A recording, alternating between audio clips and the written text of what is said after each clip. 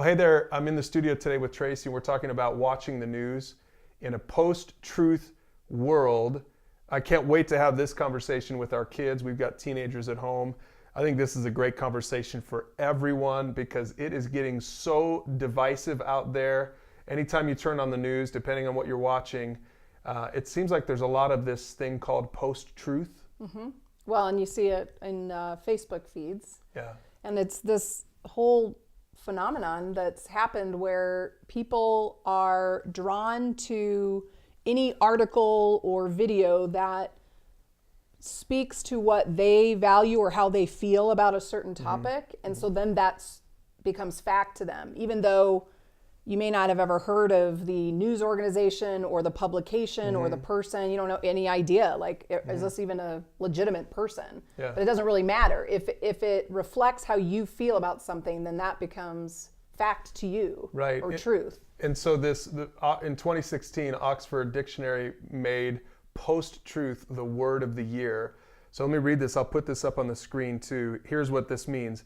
Post-truth is an adjective defined as relating to or denoting circumstances in which objective facts are less influential in shaping public opinion than appeals to emotion and personal belief.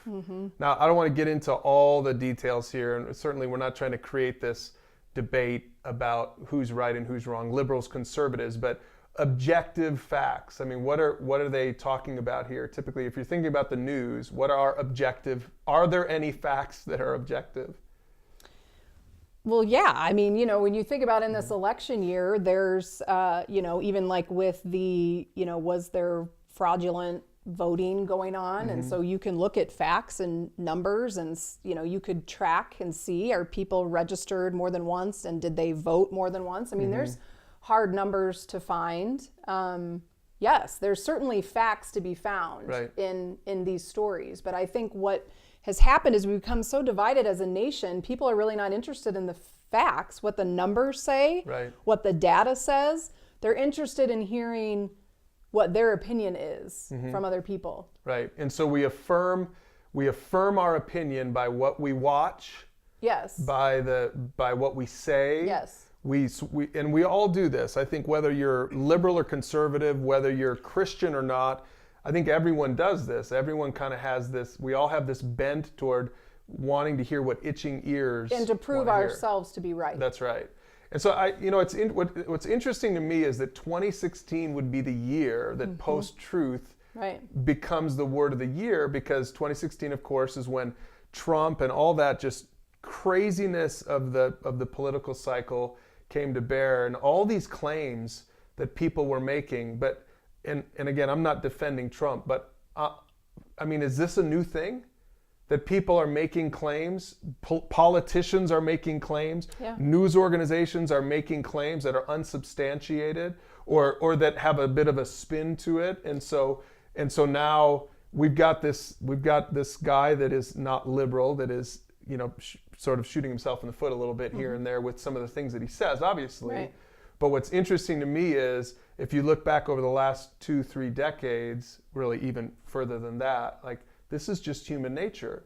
We always want to spin it to our perspective. Well, and I think part of the problem is in the 24-hour news cycle that news has become, that news organizations, print, everybody needs to catch the story or else they're going to miss it. Right. And so then people aren't going to their site or to their publication for the news because you're 3 hours old. Right. So I think what happens in the race to that, and because you want to keep your ratings, you start appealing to your audience and to the stories they want to hear, the facts they want to hear. And so it just kind of becomes, people are getting stuff out there that they're not having the responsibility to say, is this true or not? Is it factual or not? And frankly, we the people are encouraging that by saying, I don't really care if the facts are there. You said it. I like what that sounds like. Right. And then I believe it. You retweet it or whatever. And now you're promoting this thing that may or may not be true.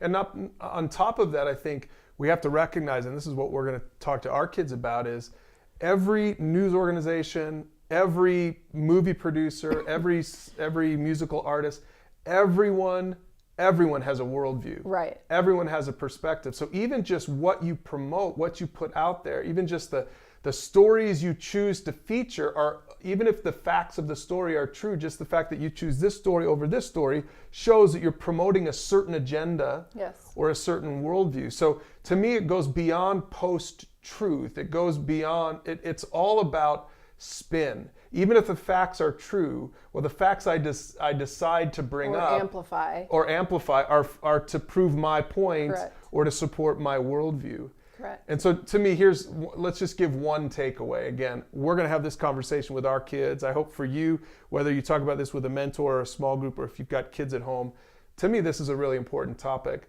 One of the practical things that we do is, that I do, that you do, that we want our kids to do is listen to more than one type of media. That's what I do every day. Right. I have I have an app on my iPad where I'm reading every news publication that's out there, and then when I'm watching the news, I watch 3 different networks, and trying to find somehow maybe between all of those there's the balance of what's really true. Right.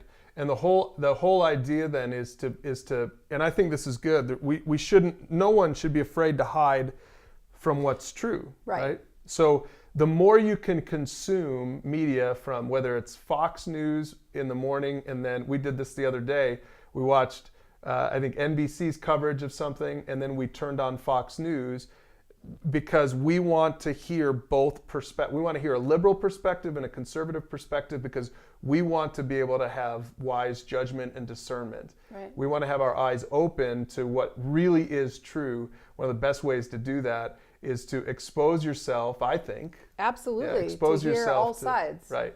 But also have this basis for understanding what truth really is. Right, which to me is a whole nother conversation. That's right. That is there absolute truth? Yeah. We would say yes. Now, obviously, for followers of Jesus, if you're a Christian, the basis for truth really is God's word. Yes. And so every time we turn on the TV, we're weighing it against what God's word. If God's word has to say something about that topic, and a lot of times it does. Sometimes you have to try to dig in a little bit and try to understand the principles behind what God's word says.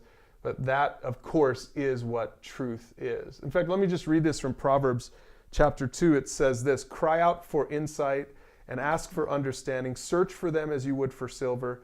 Seek them like hidden treasures, and then you will understand what it means to fear the Lord, and you will gain knowledge of God." I think that's a great verse for anyone who is trying to understand how to watch the news in a post-truth world, right?